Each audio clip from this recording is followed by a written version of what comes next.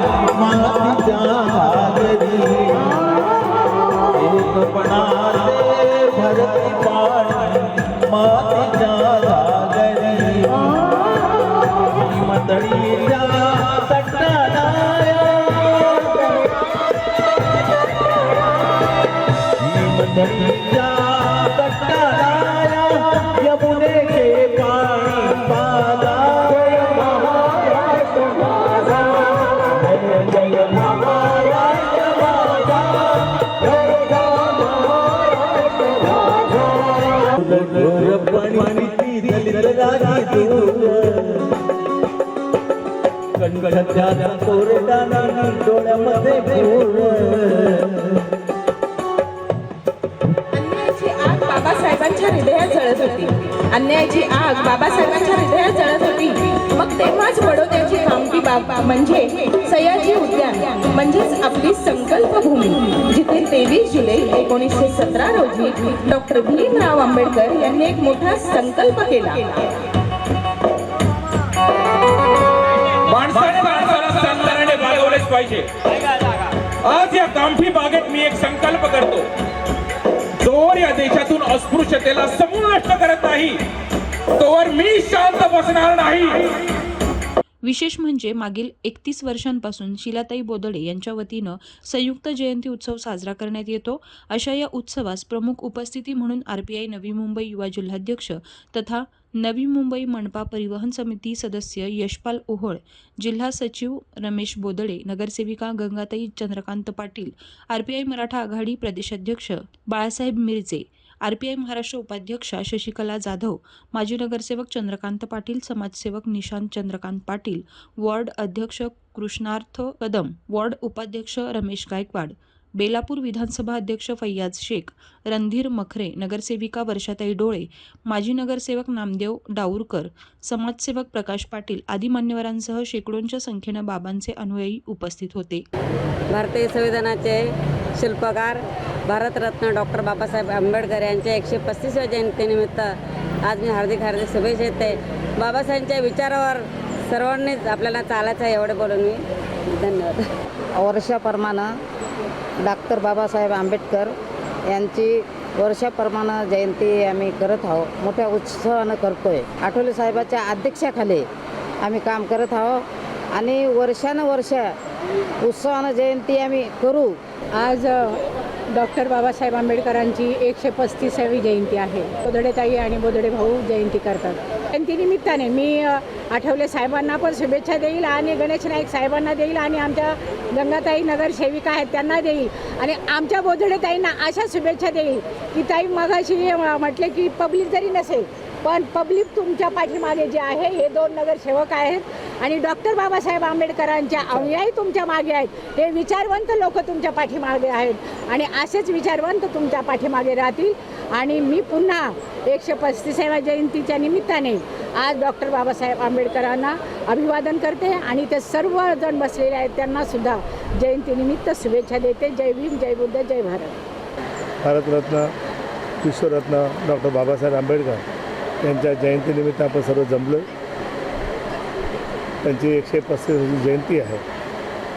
मी माझ्या मित्रांना, माझ्या मुलांना, माझ्या घरच्यांना नेहमी सांगतो की तुम्हाला कोणाला जास्त इतिहास पुस्तकं कादंबऱ्या वाचू नका।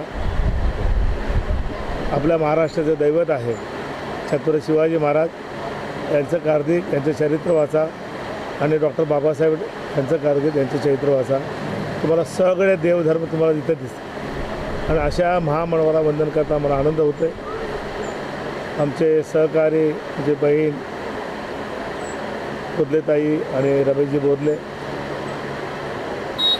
वर्षानुवर्ष हा कार्यक्रम करतात, आम्हाला सन्मानाने बोलवतात आणि हा आपल्या जनतेला, बहुजन जनतेला, मी दलित जनतेला म्हणणार नाही कारण हा बहुजन जनतेचा हितचिंतक आहे, अशा महान पुरुषाचं आपण गायन करतो। मगाशी जे 2 गीतं झाले मी त्या ऑर्केस्ट्रावाल्यासुद्धा अभिनंदन करतो।